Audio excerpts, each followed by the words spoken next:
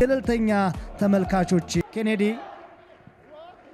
ኬኔዲ አሸናፊ አብቱ አሸናፊ ቦና አሊ ቦና ወደማል አብዲ ዋበላ ኳሱን ማግኘት አልቻለም። እዚህ ደግሞ ሌላ ፈጣን ሽግግር ነው። ኢብሳ በፍቃዱ ኢብሳ ምስጋናው መላኩ ምስጋናው ጥሩ ድል ነበር።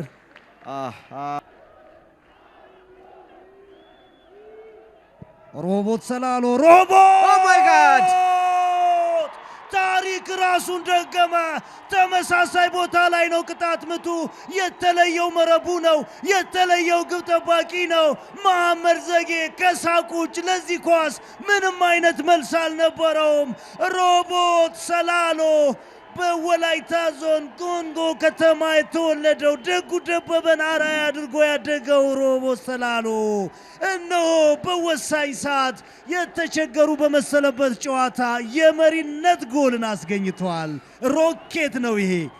አብዱ ምንድነው ሮቦት ሰላሎ ያሳየን ያለ ነው? ርቀቱን ተመልከት።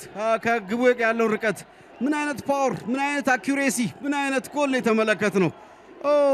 አይንን ማድረግ የሚችለው በኢትዮጵያ ፕሪሚየር ሊግ ሮቦት ሰላሎ ብቻ ይመስለኛል። አብዱ መሐመድ ዛጌን ኳስ ለማግኘት እስከሚችለው ስትሬች አድርጓል። ነገር ግን አልቻለም። ሮቦት በመጨረሻው ጨዋታ ከቤ ብዙነህ ከሳጥኑ ጠርዝ ላይ ድንቅ ቅጣት ምት፣ አሁን ደግሞ ከሳጥኑ ሲርቅ ደግሞ ሮቦት ሰላሎ ምን አይነት ማጂክ ነው ነገር ላይ አርሲ ያሳየለ ነው። አብዱ ስትራክቸር ነበራቸው። ወደፊት ሄደው ብዙ ድሎችን አልፈጠሩም። ግን አንድ ልዩነት ፈጣሪ ተጫዋች ልዩነት ጨዋታ ቀይሮታል።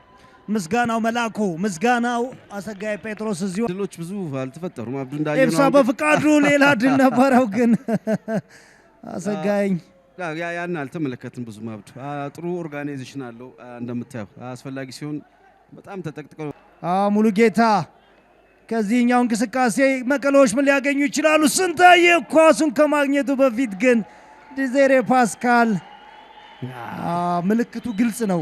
አይ ነው በቃ ለመቀሌ ጥሩ የማጥቂያ መንገድ ሙሉጌታ ይበልጥ ወደፊት ጠጋ ሲል ተመልከተ። አሁን ቆንጆ ኳስ ነው በቀኝ ሳይድ አሰጋኝ ኳሱ ጥሩ አድርጎ ነው ያሻማው። ግን ሁለት ግዙፍ አጥቂዎች ተከላካይ አርሲዎች መሪነታቸውን የሚያሰፉበት ሌላ ጎል ሊያስቆጥሩ ይችላሉ።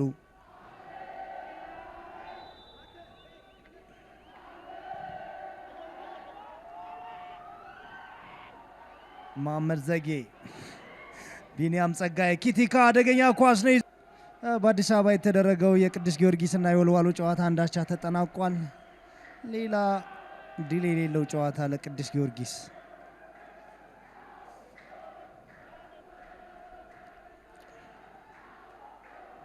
ዳዊት ተፈራ፣ አለኝታ ማርቆስ ወይስ ሮቦት ሰላሎ? አለኝታ አልፎታል። ዳዊትም ተንደረደረ። ራሱ ሮቦት ተመሳሳይ ተኩስ ነው ያሁኑ። ቆመ ኳስ ተጠቃሚ የሆነ ነው አብዱ። ተመልከት ኳሱ የሚገርመው አይነሳበትም አብዱ። ለዛ ነው ቅድም ከጁኒኖ ፔርናምቡካኑ ጋር ያመሳሰልኩት። ምክንያቱም ቦታው ቅጣት ምት የሚመታበት ቦታ የሚፈልገውን ነገር ነው የሚያደርገው አብዱ።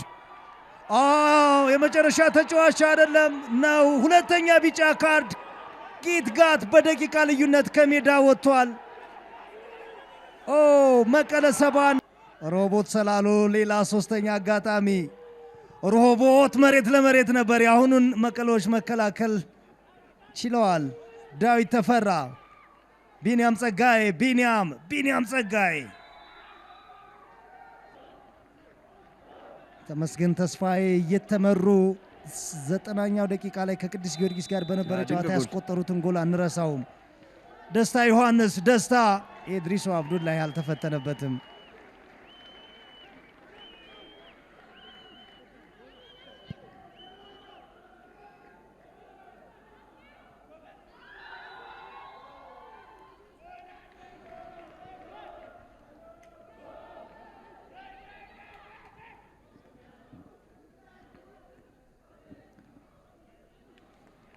የከቤ ብዙነህና የፍጹም አለሙ አለመኖር ሁለቱ ቡድኖች ላይ ምን አይነት ተጽዕኖ ይኖረዋል የሚል ጥያቄ ጨዋታውን ስንጀምር አንስቼልሃለሁ ከ86 ደቂቃ በኋላ ምደግምልሃለሁ ኦቨርኦል አብዱ የነገሌ እንደ መቀሌ ባይሆንም የነገሌ ማጥቃት ያለ ከቤ ብዙ ነው ይለያል